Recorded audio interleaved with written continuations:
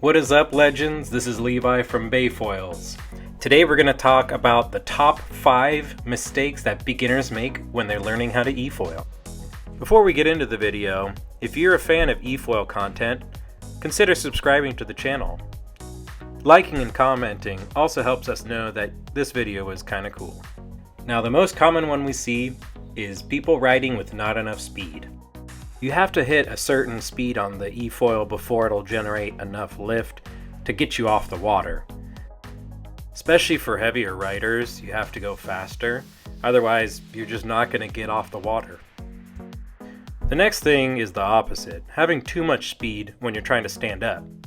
When you're going too fast and it's lifting up, it's much more unstable than if you're on the water, and usually results in a big crash. The next one is really common amongst people with other board sports experience. Not putting enough front foot pressure.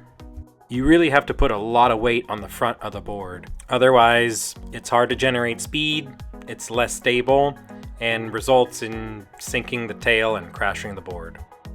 Last but certainly not least is letting go of the trigger. 99% of people, when they're riding their first time, at some point they let go of the trigger and the board just stops and they get launched forward. And there you have it. Those are the top 5 beginner mistakes efoilers make when they're learning. If you learned something, like and subscribe for more video content. If you think I left something off this list, let us know in the comments. Thank you, and we'll see you in the next video.